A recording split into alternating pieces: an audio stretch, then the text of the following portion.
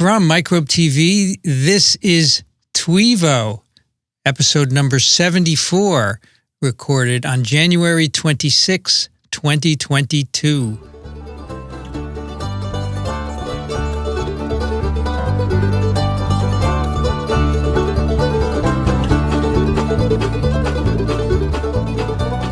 I'm Vincent Racaniello, and you're listening to the podcast on the biology behind what makes us tick. Joining me today from Salt Lake City, Nels LD.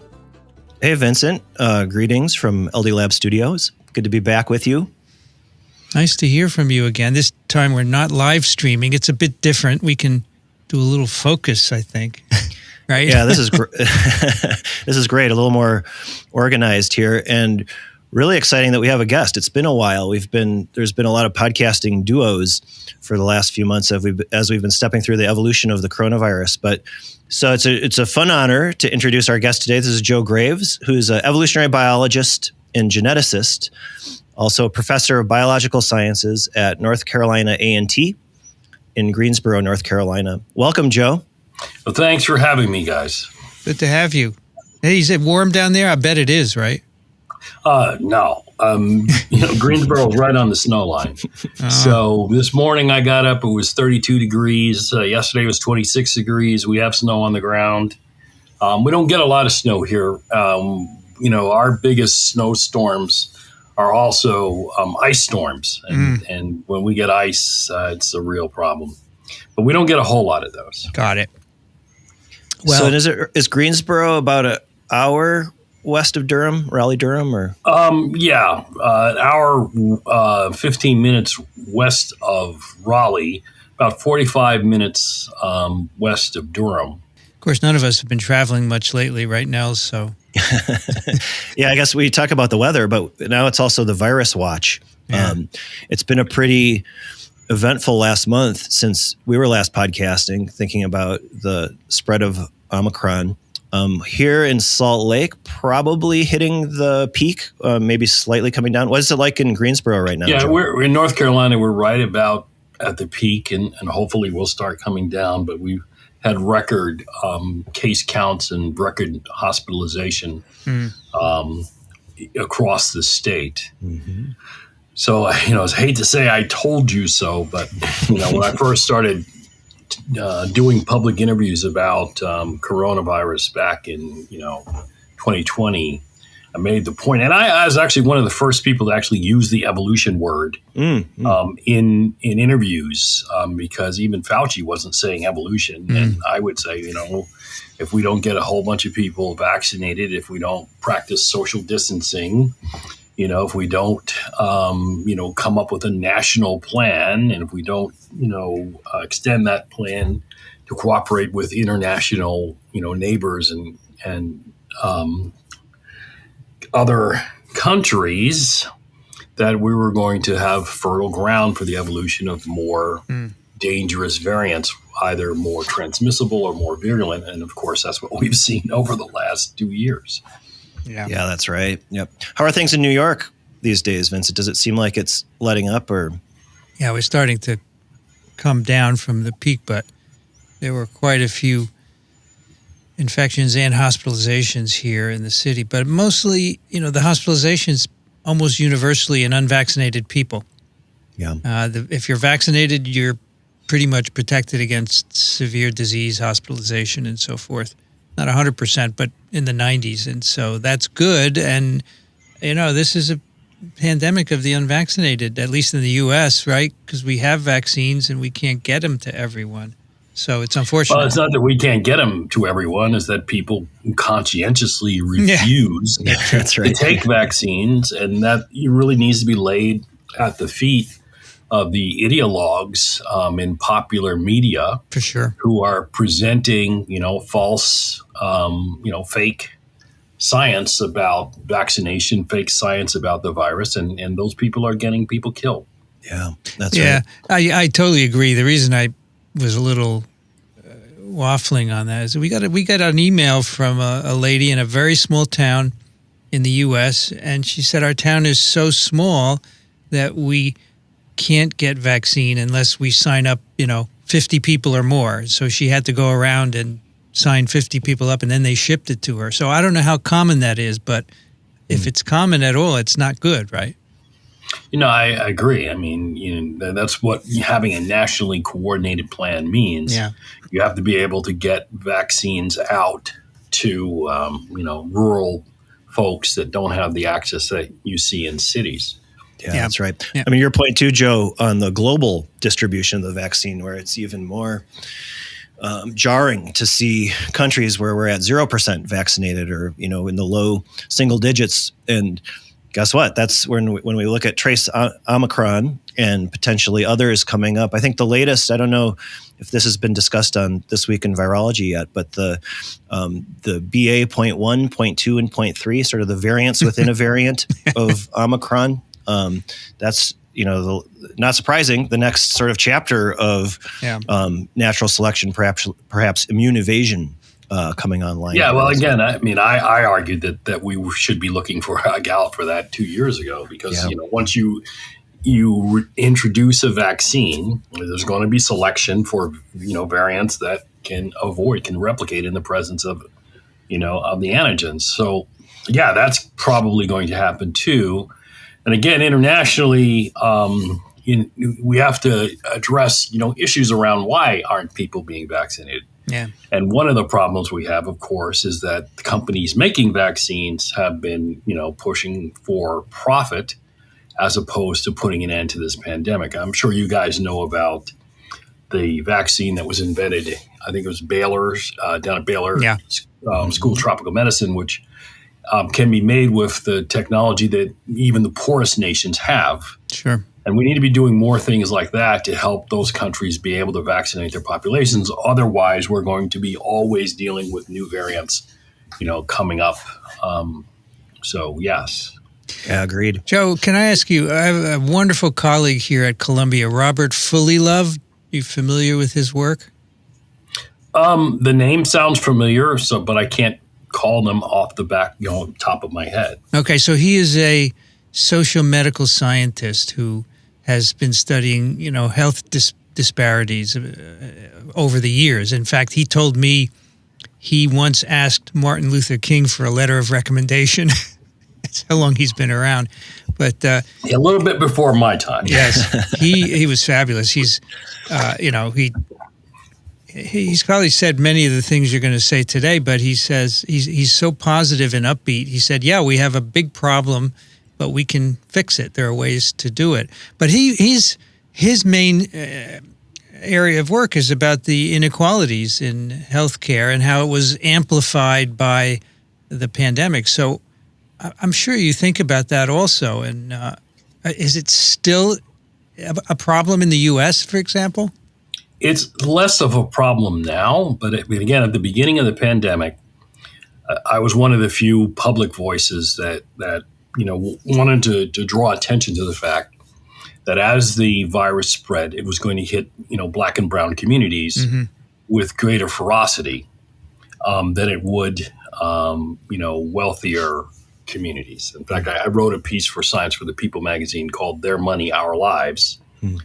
At that time, wanting to get folks in the know and people who had the ability to head off this differential burden that was going to hit Black and brown communities with little response. So once again, because we didn't have a national plan at the very beginning, all of us were in trouble. But, when you have a situation where there's historical health disparities, throwing an infectious virus in the mix only makes things worse. Yeah, right.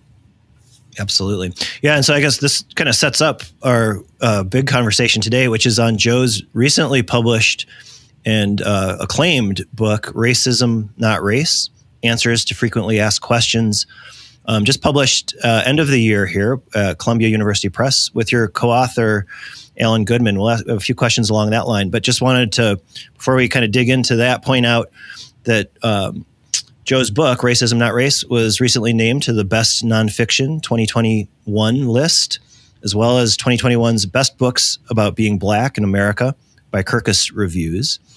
But I think before we hit the book, and then also on the menu for today's conversation is talking a little bit about evolutionary biology and representation, African-American representation in evolution, a field that's obviously the topic of this podcast and where I think there's some glaring gaps in representation. We'll get to that as well. But before that, it'd be really fun to hear a little bit about your background and biography, Joe. Yeah, so just to let your viewers know that I have a book coming out in the fall of 2022 called A Voice in the Wilderness.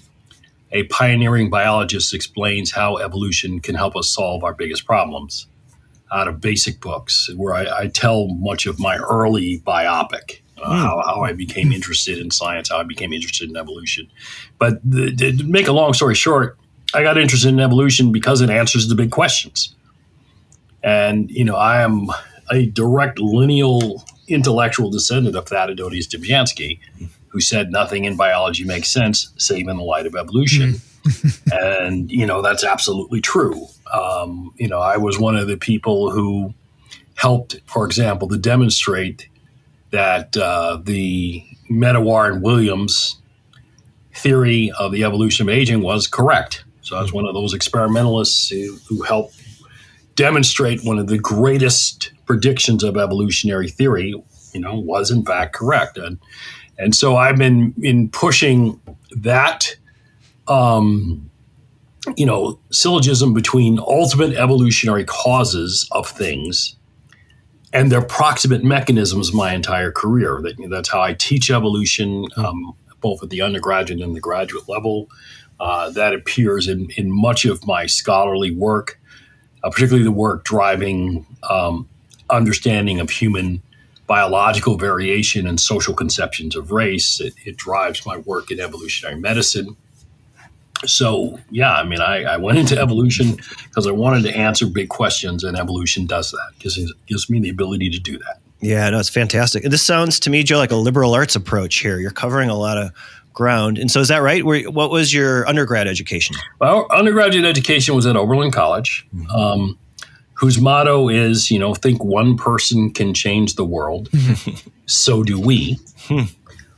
But you have to understand that I come from a family where no one had ever gone to college before, so knew nothing about college in high school. My teachers were uneven with regards to their approach towards me. Some of them wanted to help me very much in terms of getting me to college. Some of them felt that someone like me didn't deserve to go to college. So, I felt some and experienced some vicious racism in high school and then in college. But I definitely credit my liberal arts education at Oberlin as being one of the major factors that allowed me to become a scientist. And you guys may not know that Richard Lenski and I were classmates at Oberlin. We had the same undergraduate advisor, David Egloff. We talked about our undergraduate research together. And Richard will tell you that I was actually the person who helped him first understand how you do experiments in evolution. And so in that regard, I'm going to take credit for the long-term evolution experiment, because without me, Richard probably would have never figured it out. No, I love this, Joe. You also, if you could put in a good word for us, we've invited Richard a couple times on the show, but haven't been able to snag him yet. After he hears that quote, I'm sure he'll be happy to show up. For a quick rebuttal? Yeah. No, that sounds great. Yeah. Well, so then so you're at Oberlin and spending time with Rich. And I think actually we might return to that when we get to your really interesting commentary, important commentary on evolutionary biology in the Beacon Center, which I believe he has a hand in as well. But so then you finished up at Oberlin. And so did you know that you would become an evolutionary biologist? I had no idea. Yeah. Again, the road to becoming a professional scientist was not something I knew anything about. I didn't know anyone in my, familial or neighborhood experience that had ever done that. I knew that there was this thing called graduate school, and I guess I was supposed to go. But as an undergraduate, my grade point average was not, earth-shattering. It was pretty mediocre. I only had a 2.7 overall grade point average. Now, obviously, my grade point average in ecology and evolution courses was a lot higher than the rest. But, again, my advisors didn't put a whole lot of time into me. And so I ended up getting a fellowship to go to a small program at the University of Lowell. Now it's the institution is UMass Lowell. But then it was called the University of Lowell, and I was associated with the Institute for Tropical Disease. And I went there, again, not knowing anything about how things were supposed to happen. I had an advisor who, by today's standards, you certainly wouldn't say had any understanding of how to work with someone who wasn't white. And we had a lot of friction. And I ended up making it through that program, but I didn't get a degree there. I applied to the University of Michigan. But at the same time, I applied to Harvard. But one of the things that happened in my master's degree is that my grade point average went up to 4.3. So, and that's on a 4 scale. So, I wasn't playing sports anymore. I had a better sense of, how one does academic work. Took the graduate record exam and scored really highly on both parts and also on the biology portion of it. So, and then I also applied for National Science Foundation Graduate Research Fellowship, which I got. And one would think that, you've got this, URM student who's completely changed around their academic profile in a year and a half, has a graduate record, graduate National Science Foundation Graduate Fellowship Award. You'd think that virtually every school would want this person. So I applied basically to 2 schools, Harvard and Michigan. Nobody told me, hey, Joe, you should probably apply to like 10 schools. Nobody told me that. So I applied to these 2 schools, and I'd spoken to Richard Lewontin because I used to study in the Museum of Comparative Zoology, and I'd run into him and I talked to him about my interests, and he had some interests in the disease system that I had been working on, schistosomiasis. And I was under the impression that he would mentor me as a graduate student if I came to Harvard. So I get this letter back from Harvard, and it says, Dear Mr. Graves, we've reviewed your application, and we find that your credentials are entirely consistent with attending Harvard University. However, we can't find anyone who is willing to be your graduate advisor. Therefore, we are declining your admission. And that literally happened. I don't know what happened with regard to, how the graduate decision committee made their decisions. But so, and on the other end of the scale, I got invited out to Ann Arbor to visit the University of Michigan, met with a lot of the faculty there. I was incredibly impressed with the university, with the people I met, and Michigan admitted me. So I went to Michigan. That really sounds like the wilderness in the title of your book coming out next year that you're describing. It was only the beginning of the story. So I don't want to tell the whole story here, but, I again needed to learn how to deal with the academy. And at the time I went to Michigan, this was in Michigan's heyday in terms of, evolutionary biology. Bill Hamilton was there. Arnold Kluge was there. Richard Alexander was there. In ecology, John Vandermeer and Beverly Rasky, who ended up being my primary mentors while I was at Michigan. So, and of course I went to school with a lot of the big names in evolutionary biology that, they're all in my class. So, but at the end of the day, I left Michigan. And a lot of it had to do with me finally coming to grips with what it meant to be an African American in a discipline and in a profession, and here I mean the academy, Yep. that really wasn't that interested in the well-being of African Americans. Mm-hmm. And so I came into direct conflict with the university, particularly around their lack of attention to issues of diversity, equity, and inclusion in those days. Mm-hmm. Mm-hmm. And, I ended up just being frustrated, not going to class. And as soon as my grade point average fell below 3.0, got a letter from the Rackham graduate school saying, "You're out." Mm-hmm. And nobody tried to keep me there. Yeah. So then you pivoted over to Wayne State, where you Took got me your a couple PhD? of years. I mean, I spent years doing what Barack Obama called community organizing, and got involved in work in particularly the African American community. I did some substituting in Detroit public schools to pay the bills. But by that time I was married, and my wife and I were starving. I mean, we literally were starving. Didn't have enough money to make ends meet, to keep paying the rent. So, one day I decided, I'm not going anywhere.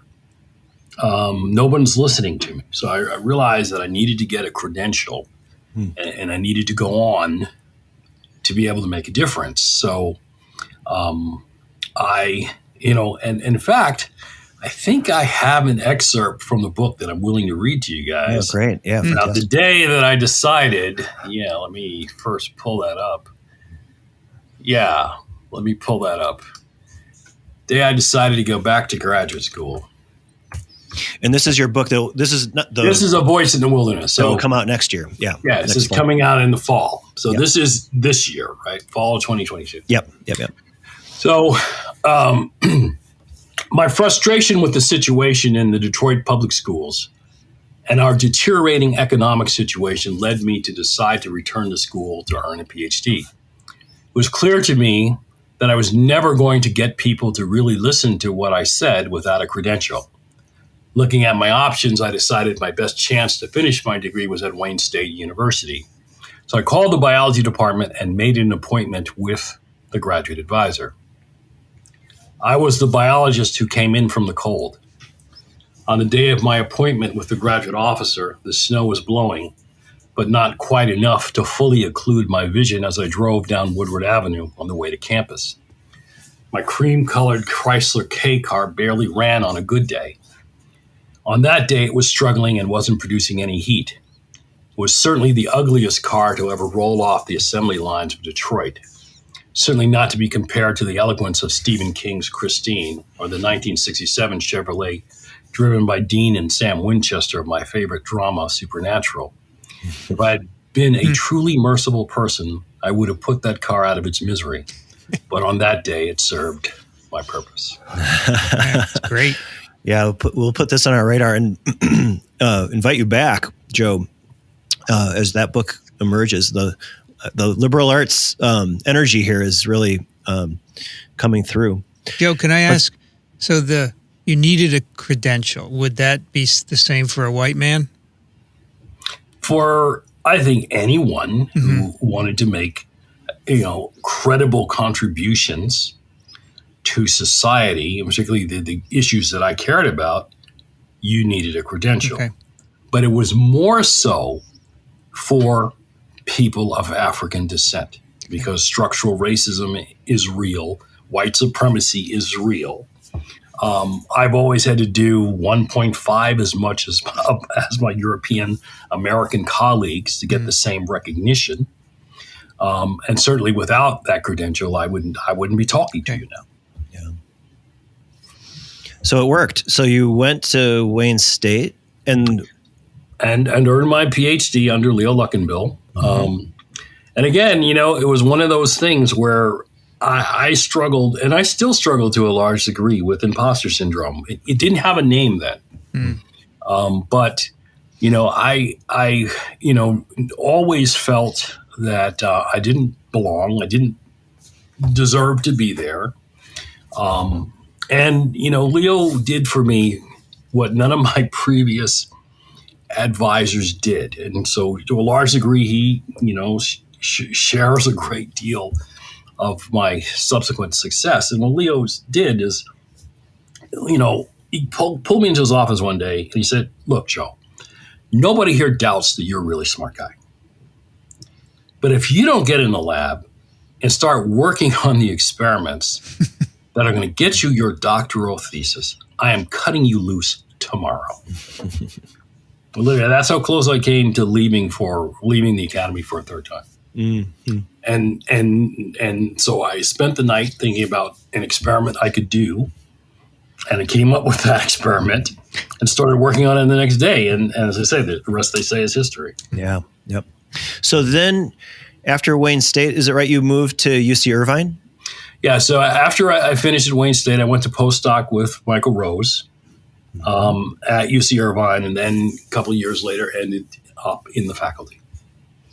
So in the work, the experiments, were they, so Michael Rose, obviously, this was your work starting with experimental evolution with Drosophila. Right. Was that the same at Wayne State, or was that microbial evolution? So if you remember, 1984, the first two experiments on postponed senescence in Drosophila were published in the journal Evolution. And they literally were published right next to each other. So Michael's paper, laboratory evolution of postponed senescence, is on one set of pages, and then Leo's paper on evolution of I think he called it, prolonged lifespan, was on the next set of pages. So the two of them were working on the same problem. And I literally met Michael Rose while I was doing my work in Leo's lab. He had come to Detroit to talk with Leo about the work. I was sitting there doing my flight duration, wing beat frequency measurements. And, Michael comes in the lab and he sees this really, sort of elaborate electronic apparatus with a tiny little fly in the middle measuring wing beats. And he was pretty impressed. And again, this goes back to the history that I was telling you earlier. So he gets back to Irvine and he speaks to Richard Lenski. He says, I met this guy, Joe Graves, in Detroit. And Rich goes, "Well, I know him. We were undergraduates together." So they then came up with a plan to get me to postdoc at Irvine in Michael's lab. And plan worked out. So I went there and ended up joining the faculty. Yeah. And so how long were you on the faculty there? I was on the faculty there for about, I think, 4 years. And then I went to Arizona State. Okay. And was that a long career stop in Arizona State, or what happened? Yeah, I was there for a good 10 years. Oh, wow. Yep. And then, at that point, I was both interested in going home to New Jersey. And I began to get interested in, doing administrative work because the salaries were better. So I went into administration for about 6 years before I ended up going back to experimental work at North Carolina A&T, where I'm currently at. Gotcha. So when you moved from Arizona to North Carolina, that was as part of you were continuing in a more administrative role? Or was that I was hired by North Carolina A&T as the dean of general education. Okay. Gotcha. And in such, my role was literally building a new academic division. So within a couple of years, and I arrived at North Carolina A&T with, just me, a temporary office, and a temporary administrative assistant. But then within 3 years, I'd built a full academic division with 50 faculty members. Wow. Whose work was recognized nationally by organizations like the American Association of Colleges and Universities for its revolutionary approach towards general education. But universities are very, how shall I say, inconsistent when it comes to general education. And then a few years later, a new chancellor came in, decided to scrap the whole division. And I was again in the position of wondering what I was going to do next. But I got a call from the dean of the new Joint School of Nanoscience and Nanoengineering, which had been put together by North Carolina A&T and UNC Greensboro. And, Jim Ryan asked me if I would be willing to join him as associate dean. And I told him, I said, Jim, I don't know anything about nanomaterials or nanoscience. And he says, well, you don't really have to. What I want you to do is to be able to model for our junior faculty how one sets up a successful research program. So I told him, I haven't been doing research for about 6 years. I need to retrain. So if you give me a year to retrain, I'll be happy to come. So he agreed to that. I wrote up an NIH award to go to the National Evolutionary Synthesis Center at Duke. And I retrained in computational methods in biology. And that's when I started, doing, work with bacterial genomes. And then the question became, well, you're an evolutionary biologist and you're working in a division of nanomaterials. What can you do? And that's when I began to read papers about the deployment of silver nanoparticles against multi-drug resistant bacteria and people making claims that this was going to end up being the magic bullet that stops these organisms. And of course, the evolutionary biologist within me said, that's nonsense. Yeah. And so I designed a really simple experiment, exposed, a laboratory strain of E. coli to silver nanoparticles over 30 days and showed, that it did rapidly evolve resistance and that it occurred by relatively small changes in the genome. And so I then proceeded to build a research group around the question of, adaptation to metals, either ionic or nanomaterial metals. And the result, I did that work for 10 years. Yeah. And the result of that is the book that I published with Elsevier in September of 2021 entitled Principles and Applications of Antimicrobial Nanomaterials. Yeah, wow. So I saw that. So there's actually you had 2 books published. Actually, it's been basically I've written 3 books in 15 months. It's an incredible burst of productivity here. I wonder if one of the lessons, Joe, from sort of a deep dive into administration is the more you work with humans, the quicker you're drawn to work with the Drosophila and the E. coli again. It's sort of well, I have to tell you that being a dean was not the most fun thing I've ever done. Yeah. That's for sure.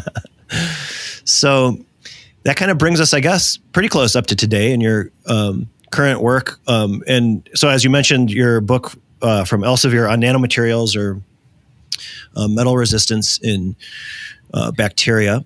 But then another major book here, Racism Not Race, Answers to Frequently Asked Questions. And so it'd be really fun to spend some time digging in here. So just to begin with, I'm curious, what's the origin story of this book? Well, I've been working on the question of human biological variation and social conceptions of race since the, late 1990s. So my first book on that topic was published in 2001, The Emperor's New Clothes, Biological Theories of Race at the Millennium. It is considered one of the most important books ever written on that subject. And, when I wrote the book, it was really about the history of racial thinking. And it's written from the point of view of a biologist. Now, people who understand evolution recognize that variation is at the key to understanding how evolution works. So we have variation, we have heredity, and then we have struggle for existence. So the question then, of course, is within any species, how do we make decisions about, taxonomic divisions such as, geographical races or subspecies?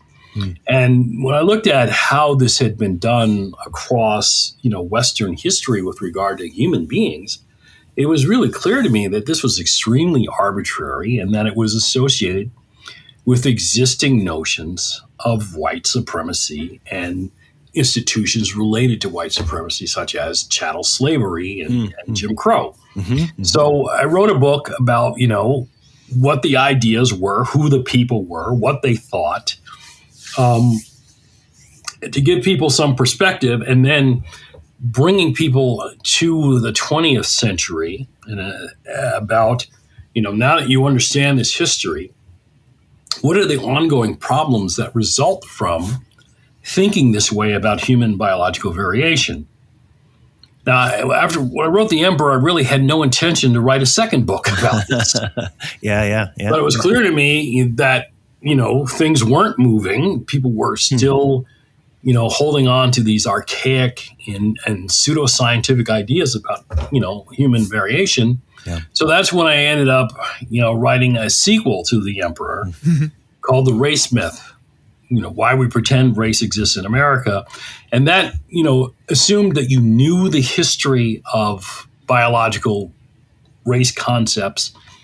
And you then pointing people to, well, this is even further examples of how this doesn't help us in the 21st century. And after I finished The Race Myth, I really didn't have any desire or design to write another book about race. But, 17 years went by.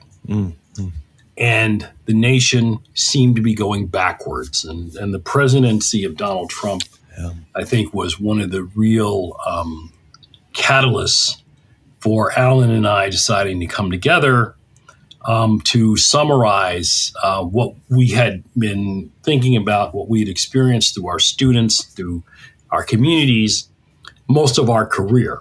And so here you're talking about Alan Goodman, who's a co-author. Alan is a professor of biological anthropology at Hampshire College.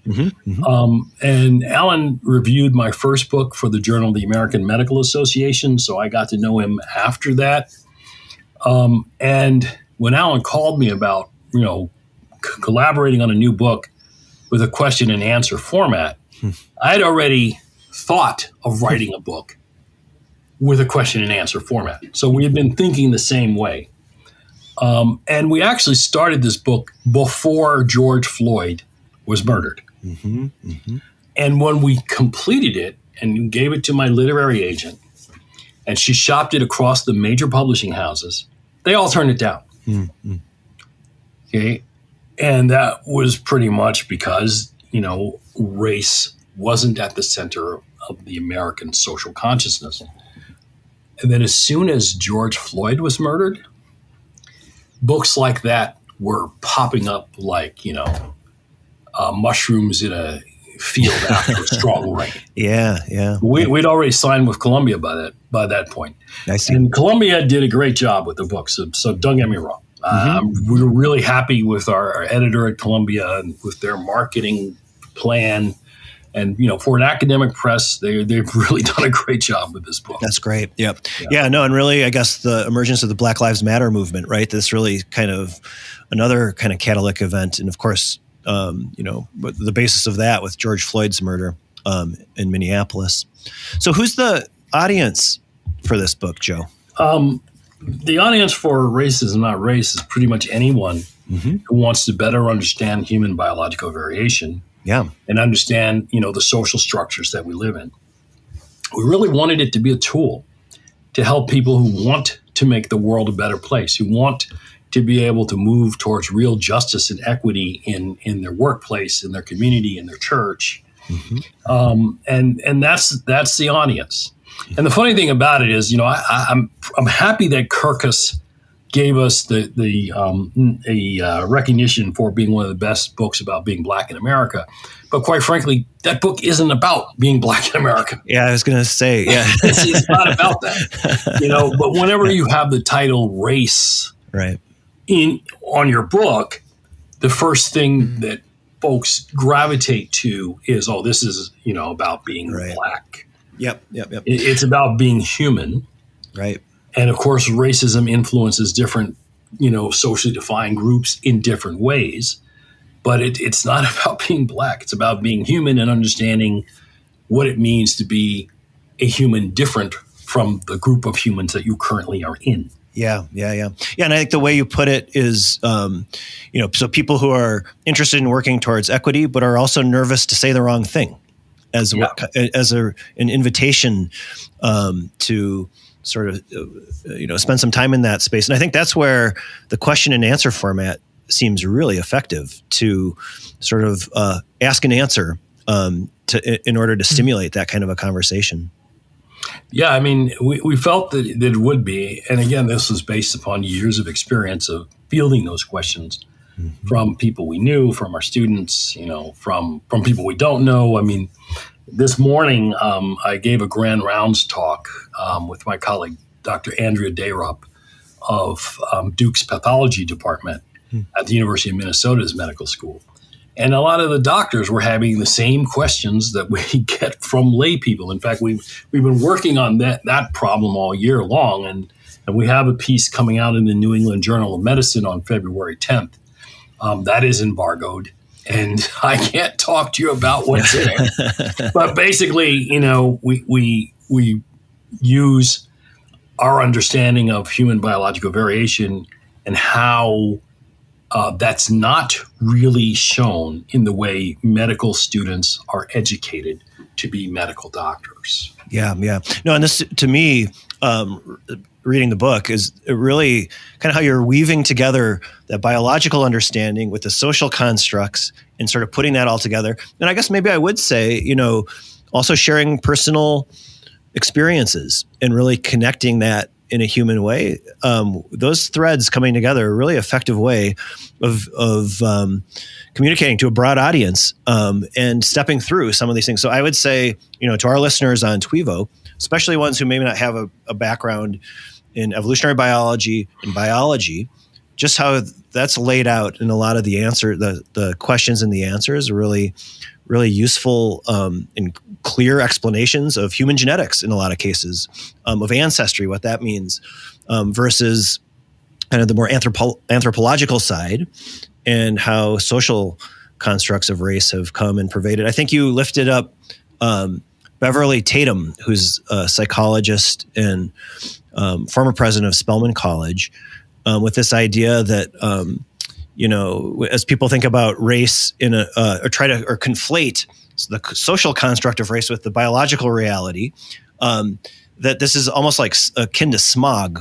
And I thought that was I love that analogy or that comparison for thinking about. It goes back to the title of The Emperor, right? The Emperor's New Clothes, the Hans Christian Andersen fairy tale, in which, people were willing to watch their emperor walk around utterly stark naked and were unwilling to talk about it. But in that case, you're dealing with people who are aware that he was naked, but afraid to face the truth. Yeah. The racial smog metaphor is that people are living in something that they don't really understand, but they're breathing it in all the time. It's impacting their behavior. And what we're trying to do is to get them to wake up and recognize that they're in the smog and it's time to clear the air. Yeah, really effective, an eye-opening way of thinking about it. So I think we're having a little technical difficulties. Vincent is I'm here. I'm here. Recording. Okay, you're here. Okay, you froze on us. Yeah, I'm sorry. My voice is here, and then remember, these podcasts all began as voice only, so we're going back to our roots. Yeah, that's true. So I thought we're good on time here, although we will let Joe leave in probably about a half hour. You're teaching an evolution class. Is that a graduate class or an undergrad class? The course that I'm teaching today is an undergraduate class, Biology 325. And again, before I came to North Carolina A&T back in 2005, they weren't teaching an undergraduate evolution course. There was a 600 level graduate course in evolution that was rarely, if ever, taught. And at the time, one of the things I did is I did a survey of other historically Black institutions to determine whether evolution was on the curriculum and how often they taught it. And I found that in most places it wasn't even on the curriculum, and at the places where it was on the curriculum, it wasn't being taught on a regular basis. So it took us some time to get evolution in the curriculum. And since we haven't talked about Beacon yet, this will be a good time to interject that. Beacon, which stands for Biocomputational Evolution in Action, was a National Science Foundation Science and Technology Center that was led by Michigan State University And the other partners were the University of Idaho, University of Washington, University of Texas at Austin, and North Carolina A&T. And so bringing Beacon funding to our department allowed me to get a whole lot of the other faculty members across campus interested in organic evolution. Although initially when we started, most of the folks at North Carolina A&T were coming in from the in silico evolution side. But with my participation in Beacon, I was asked to be on the executive board. We were able to win a lot of small research grants to our biology department at North Carolina A&T, and so people and their students started doing evolutionary work. So much so, that we produced a very large number of undergraduates, graduate students, postdocs, junior faculty who were doing this kind of work. And now, evolution is a central core aspect of how we do biology at North Carolina A&T. And that's, I have to say, we're probably the only HBCU where that's really true. Yeah. How many students are in your class currently? 27 in my section. My colleague Scott Harrison has a similar section about the same size.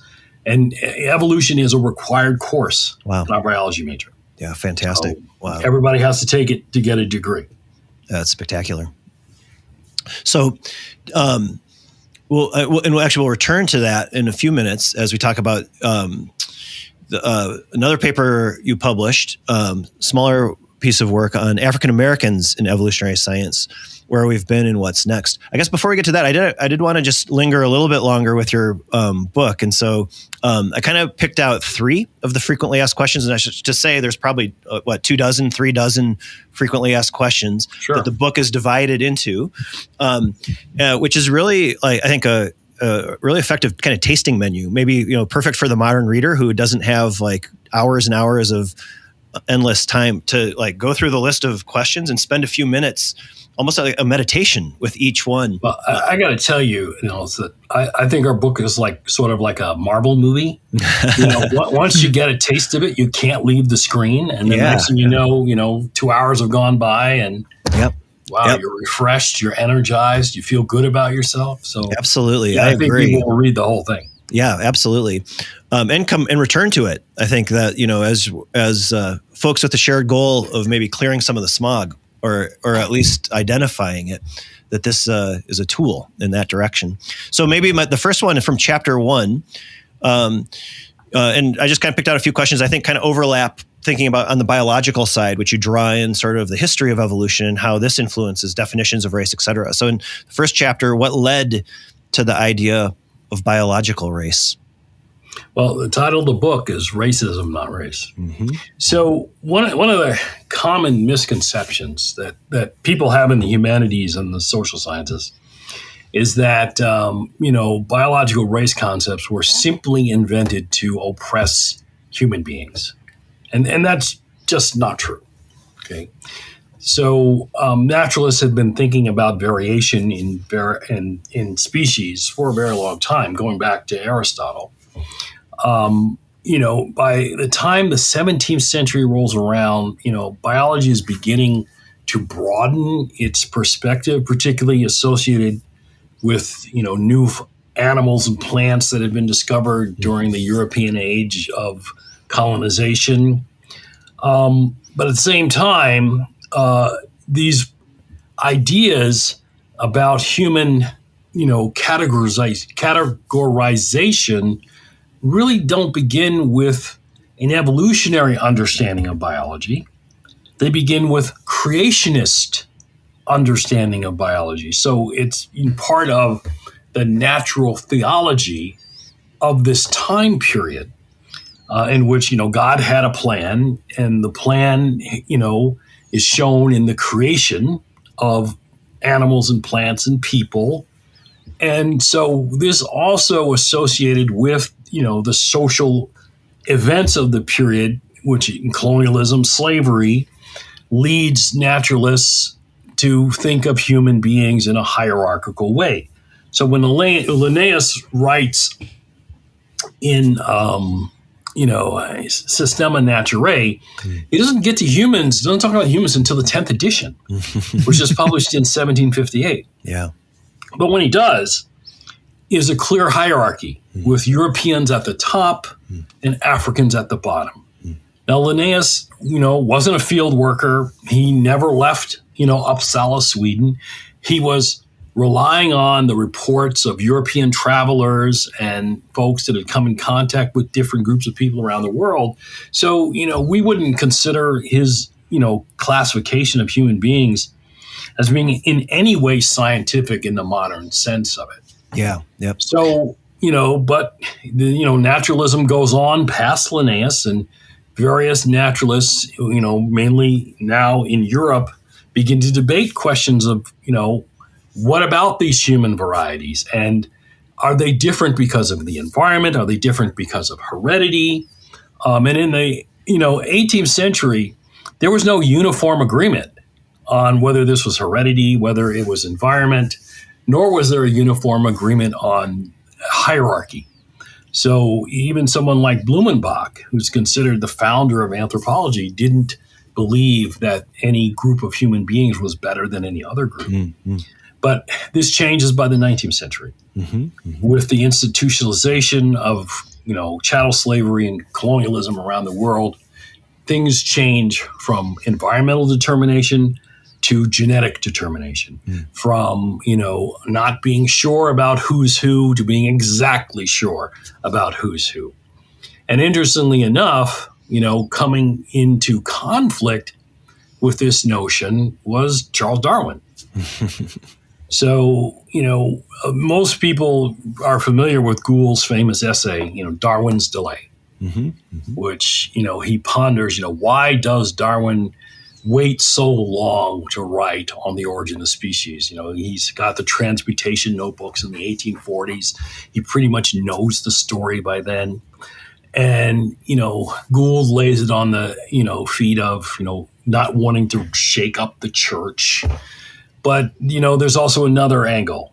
And that's the one which comes from, his biographers, Desmond and Moore, who point out that young Darwin didn't want to run afoul of Louis Agassiz and the polygenous, because descent with modification means that all species have descent with modification, and therefore Africans and Europeans and Asians all have a common ancestor.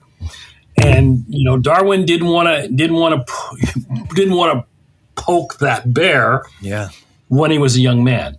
Yeah. Now in the 1870s, when he's now the leading person of British science, he does. And so in The Descent of Man and Selection in Relation to Sex, he has a chapter on race, and he points out in that chapter that human beings are polymorphic in the sense that naturalists understood that at the time.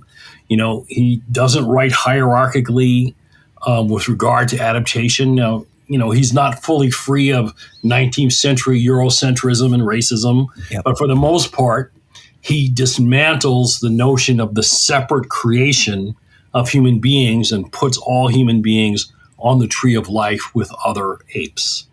Yeah, and I think the quote that you have here, which maybe captures a little bit of, or at least questioning that notion of sort of hierarchical races, if the misery of the poor be caused not by the laws of nature, but by our institutions, then great is our sin. I mean, it's amazing to think that, that thinking was already there when it feels like sort of major steps backwards then as you move into slavery in the U.S., and then some of the backsliding that you're pointing out in the last decade or even in the last 5 years. Yeah. So, as you probably know the story that, Darwin goes on the Beagle to be Captain Fitzroy's, dinner companion.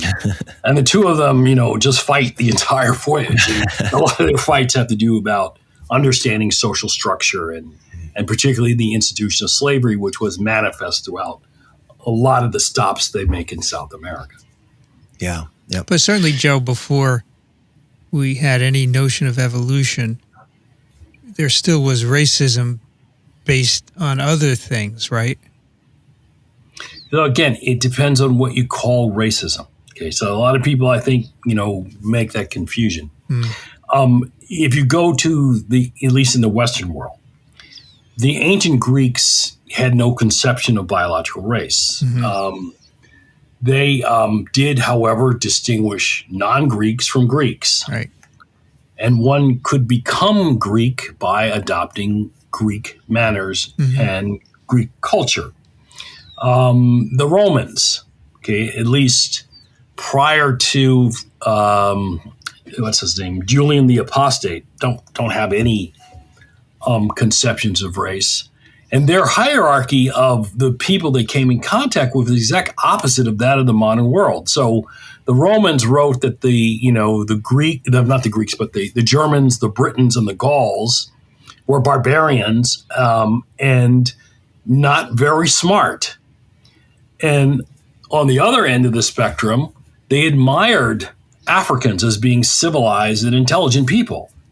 Now, we can understand the reason why, who were allies of the Romans, North Africans, and who were their enemies, the Gauls, the Britons, and the Germans. So we don't really see conversation in that way, particularly, with a biological basis until after the beginning of the Age of Discovery, and particularly the slave trade. Marco Polo doesn't write about race. The Islamic scholar who traveled the world like Marco Polo, Ibn Battuta, didn't talk about it. So it doesn't really become a thing until people, like Isaac de la Perriere and Giordano Bruno and others start coming up with explanations for how Africans are different from Europeans. But this is all after colonialism and the slave trade. Yeah. Yeah, and then I guess stepping forward too, there's almost the irony of the technology we have in terms of figuring out our ancestry, but then using 23andMe or these other sort of companies, but then conflating ancestry with race. And so that was maybe the third of the frequently asked questions that I thought I would bring up, which is, are genetic ancestry and race the same thing? No, they're not. The definition that evolutionary biologists use for race has to do with the amount of genetic variation within and between groups within a species, or whether any group within a species can be considered an evolutionarily unique lineage. Now, what we know about our species is that none of that's true. We have more genetic variation within these groups than between them, and there's no group of human beings that can be considered a distinct phylogenetic lineage because of the amount of global gene flow that's occurred across the time that our species has been in existence. Yeah. But since our species has gone through a migratory paths, starting with Africa, and then around 100,000 years ago, people beginning to leave in relatively small groups and acquiring local adaptations to the regions that they settled in, we can distinguish ancestry. Now, what most people don't realize, and I point out in the chapter, is that most of the signal for ancestry comes from non-coding sections of the genome. And of course, evolutionary biologists understand why that's true, because natural selection works very strongly against variants that make proteins. And so the human species is amazingly uniform with regard to most of its coding proteins. Yeah. Of course, we have some local adaptations like skin color, like altitude, like dietary things, like, lactose persistence. But this is not a whole bunch of stuff. But we do have in our non-coding genome a lot of mutations that can be used in tandem to determine the ancestry of an individual. Yeah. Okay. Yeah, no, absolutely. And that's, it's almost in the field, I'd say, of population genetics, et cetera, which has sort of a checkered recent past in racism directly, but also, today, almost a game of whack-a-mole with people coming up, whether it's on Twitter or other social media platforms, and kind of reinventing race science again and again, conflating ancestry with a sort of false biological notion of race. And yeah, that's obviously one of the several of the chapters here, and a number of important questions. I think really a great set of tools, again, to think about some of the smog here. Yeah, so you also, I was going to say, if you wanted to, to go about it the way Dobzhansky did, you would literally have, probably hundreds of biological races, because Dobzhansky felt that, pretty much any adaptation was the basis of a race. So you could have the lactose persistent races and those that aren't. You could have the high altitude races and those that are low altitude races. You can have the, malarial adaptation races and those that don't. You can have the, trypanosome resistance and those that don't. And we could go on and on and on. Yeah. Right? Because what these folks who are trying to bring back 19th century race science are doing is they're focusing on a specific set of variants that differ in frequency. Yeah, skin color variants differ in frequency from the tropics to the poles. We know that. But do they differ in a discrete way? And the answer is no. So at the end of the day, you can draw all the biological races based upon gene frequency differences you want, but at the end of the day, is it meaningful in a biological sense? And what we argue is no, it's not. Yeah.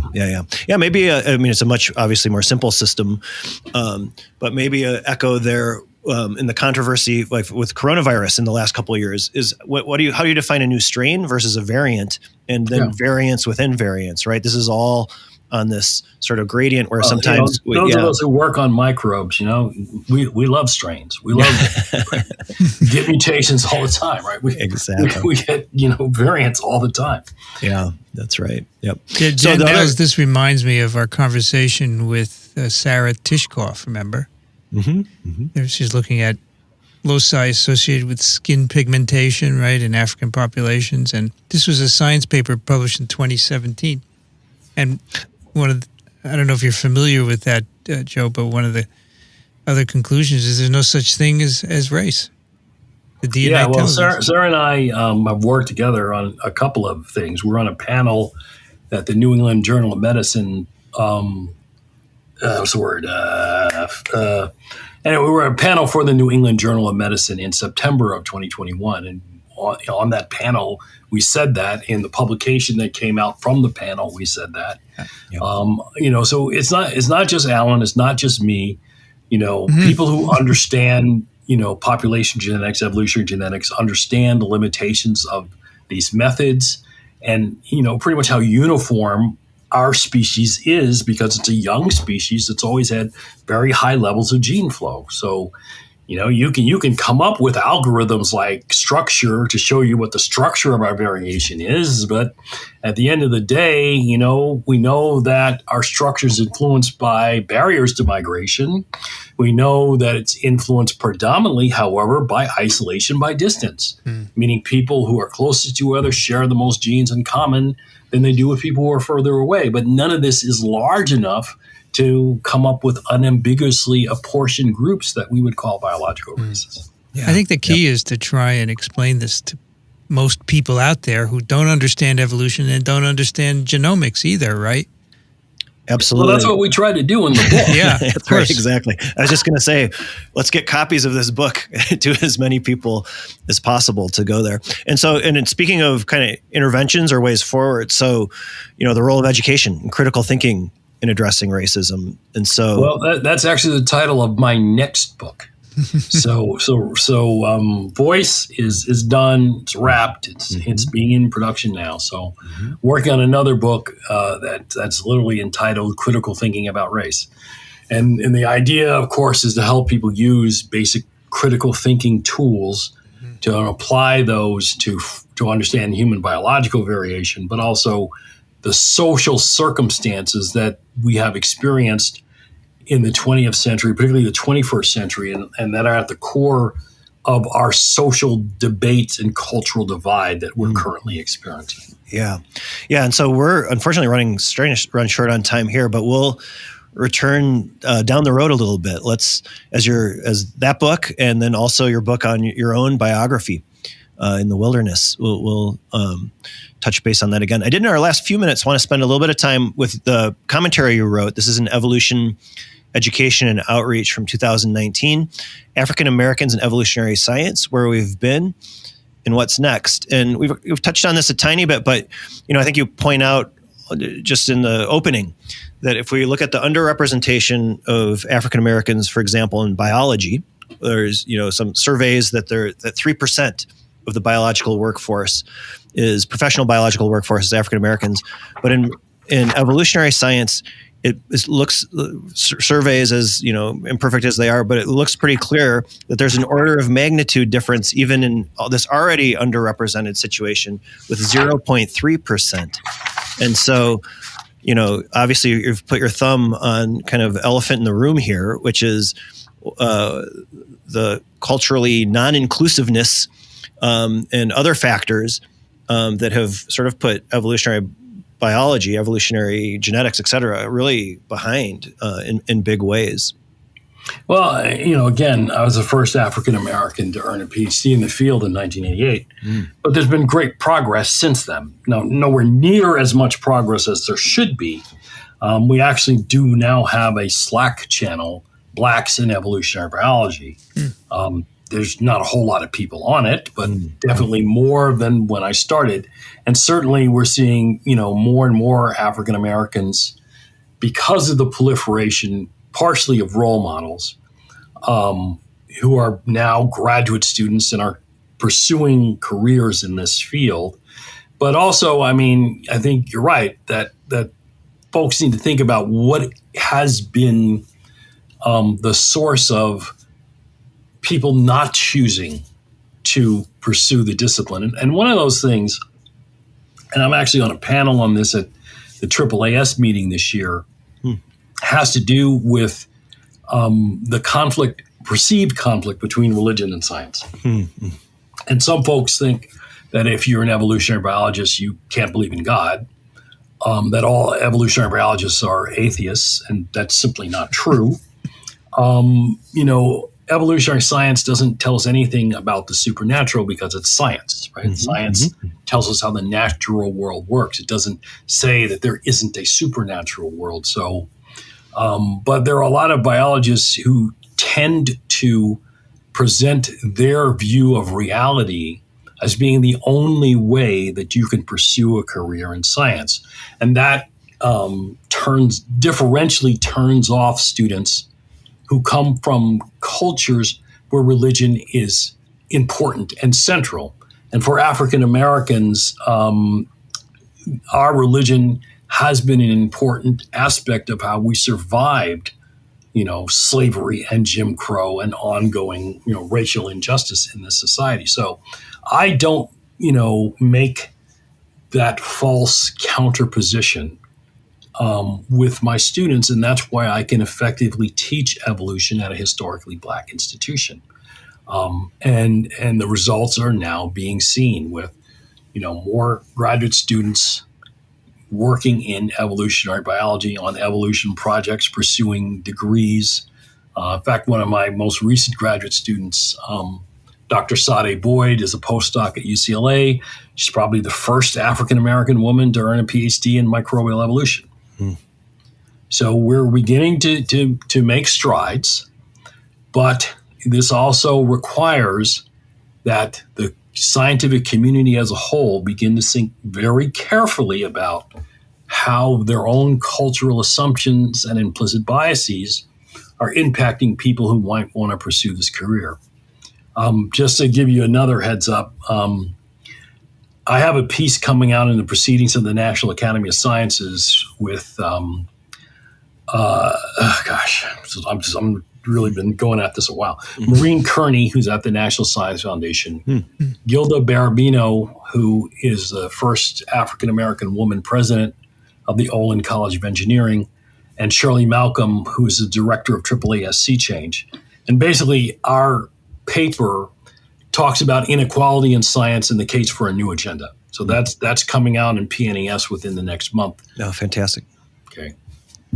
Yeah, definitely keep an eye out for that. I think one of the points here is that even, as we might make some progress or get some trend lines, that doesn't mean the work is done. It's sort of just at the very beginning. And it's just kind of how fragile it can be. So, even I think in the last month or so, there's been discussion in some of the societies of evolutionary biology. So in systematics in particular. So some controversy over the history of Ernst Mayr and his, even what seems at first like a kind of a minor situation of, do you name a prize after Ernst Mayr for outstanding grad students in that area of evolutionary science, and sort of immediate backlash from some of maybe what it's gatekeeping or sort of the old guard saying, well, how can you even talk about this? You haven't even published in the journal Evolution, for example, which I think, describes most of evolutionary biology are actually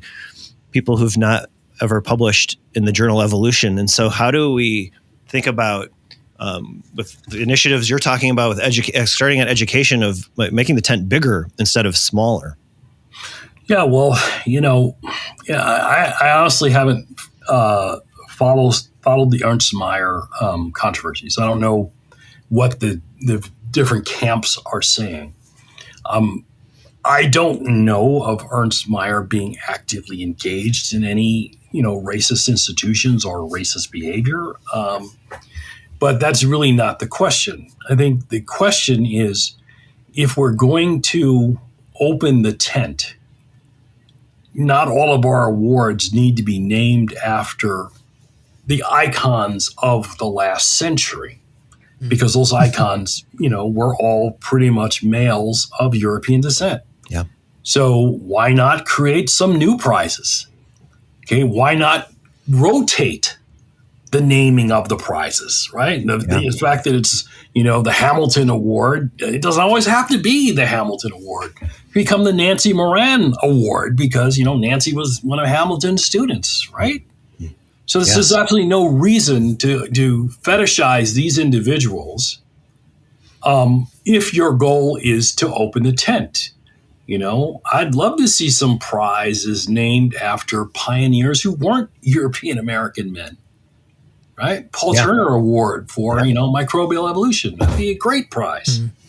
So I think folks need to get off defending institutions as if they're sacrosanct. And, that's sort of strange given that we're evolutionary biologists, right? Yeah. And recognize that, we can change, and we should be changing in ways that open up our discipline to new voices and new participants. Yeah, absolutely. And maybe just since you have to get on to this work to teaching the class, I'll close with one of the quotes that you put into your book as well. And this draws from Langston Hughes in his poem "Let America Be America," where he writes that the United States that it is the land that never has been yet, and that seems to ring true today. That seems to ring true in evolutionary biology. It seems to ring true across biology. And so a lot of conversations, a lot of work to be done. Before we let you go, though, Joe, we have our science picks of the week. And I think it's still under embargo, but you have a nice science piece to share with us about your book. Oh, yeah. So AAAS Science, the magazine of the AAAS, Augustine Fuentes, who's a biological anthropologist, has written what I consider a very excellent review of our book. So that's appearing in Science on January 28th. And so I hope the reader, your listeners, read Science and read the review, but also I'd rather have them just pick up the book. Yeah. Best of both worlds. Check out this review. Just releasing on Friday on Joe's book, and use the links, use the information to get a copy for yourself. Well, Joe, thank you. This has been pleasure. Absolutely a pleasure and an honor. And I can't wait till we get a chance to speak again as more of your prolific work keeps coming out in the weeks and months ahead. Thank you guys so much. And I got to run off and be a professor now. Okay. So Nels, you have some picks to follow up that fabulous chat with Joe? Yeah, that was really fun. And can't wait to invite Joe back and continue on the conversations. We barely scratched the surface there. And I'll be on the lookout as well for the review in Science, and big recommend on his book. I've made it part of the way through and really enjoying the way that Joe and his co-author Alan have organized this discussion. So yeah, my science pick of the week is current events happening out in space. So the NASA Webb Telescope, which just reached orbit in the Lagrange point number 2, and I've got a link here. It's not quite as exciting as it was even a few days ago, but it's Where's Webb? And so you go to this, and it's this from NASA, and it, for a while it was showing this sort of timeline of the telescope. And so, like, most of our listeners are probably have seen this in the news or familiar with it. This really kind of high degree of difficulty infrared telescope that's now a million miles, give or take, from Earth. And deploying these fancy sun shields and getting the mirrors kind of starting to tune up to be able to concentrate infrared light that has been traveling for more than 1 million years, for billions of years, to try to sort of trace back to some of the origins of the universe. And so it was really fun just to watch that kind of the process unfold. And it's still worth looking at if you haven't seen it already. And there are active sort of measurements on there, the cold side of the microscope, which now I think it's going to take several months to get it cold enough to fire up the instruments. And then the hot side, where it's still receiving, obviously, solar electrons from the sun in order to power up through solar panels and keep this thing going. It sounds like it might be running for 20 years. Really, so far so good, but I think still some steps ahead in terms of firing up that telescope and seeing if it will actually work. In addition to getting it out there. It's very cool. Yeah. It's a cool site. I love it. It's great. Yeah. I would just have it on my desktop just thinking about something flying at, amazing, right? Cruising out there. And over the course of the last month, it launched on December 25th and just got out there, basically 1 month on. How about you, Vincent? Do you have a science pick of the week? So I picked something which would kind of complement Joe's presence today, and that is Black Microbiologists Association. It used to be called Black in Microbiology. It was founded in 2020 by Black microbiologists, and it's now called Black Microbiologists Association, although I really like Black in Microbiology. I think that's a great name. Yep. Basically to showcase and try and amplify voices of Black microbiologists from everywhere in the world. And so what they try to do is create a community where Black microbiologists can network. They started with a week of Black in Microbiology the first year. I think they did it the second year as well, where they would have it was all done on Zoom, of course, but they would have talks and rooms where people could get together and chat.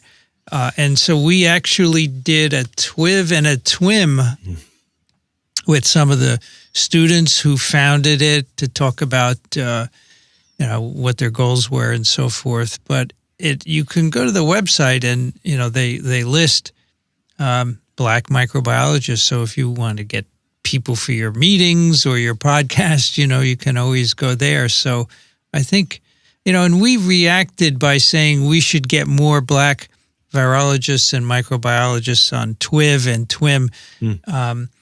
But I don't, and listening to Paul, you have to make an effort, and I don't think we have made a really good effort. So I want to revisit that, and maybe here on TWiEVO we could do a better job of getting Black microbiologists, Nels, and as our way of trying to get past this low percentage, representation in the biological sciences of African Americans. Yeah, no, that's right. And I think Joe was pointing out the Slack channel, which is kind of getting out of, but it doesn't actually yet have as sort of public or forward-facing a profile yet. So in addition to Black and Micro, or the Black Microbiology Association, sort of we've seen this now over the last year or two in many fields. So Black in immunology, right. Black in neuroscience, Black in neuro. And that's, I think that reflects one of the topics we were talking about, which is that, there's still underrepresentation, but it's still an order of magnitude more than evolution. Yeah. And I actually think, Vincent, it kind of circles back to some of our motivation for starting TWiEVO in the first place, which was, this idea of scientific worlds colliding. And as evolution moves forward, the kind of that idea of opening up the tent. So why isn't evolution drawing more from black and micro, black from immuno, black and neuroscience? I mean, this is what makes exact sense now that kind of evolution is cracked open to not just be sort of about those historical arguments based on, kind of inference or even if we go back far enough, kind of confluences with religious thinking, but instead to sort of move onto more of an empirical basis, let the experiments kind of do the talking. I think, Joe brings that experience, thinking about microbial evolution, thinking about evolution in critters like fruit flies. And so, I agree. I think it's also a big recommend to look at that commentary piece that Joe wrote. He points out the Beacon Center. He points out SACness, thinking about Native folks, thinking about Hispanic backgrounds, and bringing that to the conversation. And, one of, I think, the lessons there is that's an all hands on deck situation. Joe pointed that out. It's got to be that 99.7% as part of that conversation if this is going to move forward. And so, I think this is a great pick of the week, and it sort of highlights, some of the catching up and the long road ahead working in this area. There's no black in evolution, right? No, there's not. So I think there's this Slack channel, which I haven't been familiar with. I'm going to kind of start chasing that down. And I think, that would be spectacular if it makes sense to sort of build. I think it does make sense to build in that direction. It's just sort of starting to glue together the community and using some of these, all these existing associations as a template. Evolution would do well to join the community there. Yeah, I think, the problem now is we just look at papers, right? Is, this is a cool paper. But if you're underrepresented in a field, you're less likely to have your paper bubble up, right? Yeah, that's right. And so, kind of taking a bigger view of what, when we're thinking about this week in evolution, obviously we've also spent the last couple of years pretty ensconced in thinking about coronavirus evolution, SARS-2 in particular. And so one of the dangers, I think, is so all of this kind of timeline sort of collided in a sense with, as we were discussing earlier with Joe, George Floyd's murder, some of the other events that really led to the emergence of Black Lives Matter as a movement. And I think, sustaining that is really the work ahead, not just to talk about it from, a year or two or a few months there and kind of set it down. But this is sort of the new way forward, is to keep these conversations going and to put real work into this and to sustain that. And I think that's one of the challenges I see on the horizon. Yeah, I think that's why this black and micro, et cetera, are useful, because you can go see who's there, and then you can go look at what they're doing, and you can then say, "Hey, let's do this on TWiEVO," right? So that exactly just to sort of just to clear the smog, to use the metaphor that we were talking about. Yeah, I like that very much. Yep, really useful. The land that never has been yet. Wow, that's pretty powerful, right? Yeah. I think that captures it, the poetry. And really fun, to talk to Joe. You can really see that liberal arts tradition sort of, covering all the bases here. And that's in the book. We're talking, you're on one thread with the sort of the philosophy, when we think about how races of humans were sort of first proposed or categorized, sort of the false idea of idealism as that was advancing. And then as it steps through some of the religious, I think people will be surprised that, that really slavery in the U.S. marked a huge turning point in the emergence of racism, and really things went backwards. The timeline is not always like progressive or linear. There are these like evolution, right? That's right. It's a complicated topic and worth digging into. Yeah. All right. Yeah. Well, that'll do it for TWiEVO 74, microbe.tv/TWiEVO. You can send your questions, comments, TWiEVO@microbe.tv. If you like what we do, consider supporting us. We're a 501c3 now, so your contributions are tax deductible. Microbe.tv/contribute. Nels Eldies at cellvolution.org. Over on Twitter, Early Bird. Thanks, Nels. Yeah, thank you, Vincent. Good to be back together. And we'll do it again soon. The next steps of Omicron, I think, are in our future here, as we're all kind of hoping for some better news, but bracing for more variation ahead. As long as there are people to infect, right? Variants shall arise. That's right. That's right. I'm Vincent Racaniello. You can find me at virology.blog. Music on TWiEVO by Trampled by Turtles. You've been listening to This Week in Evolution, the podcast on the biology behind what makes us tick. Thanks for joining us. We'll be back next month. Till then, stay curious.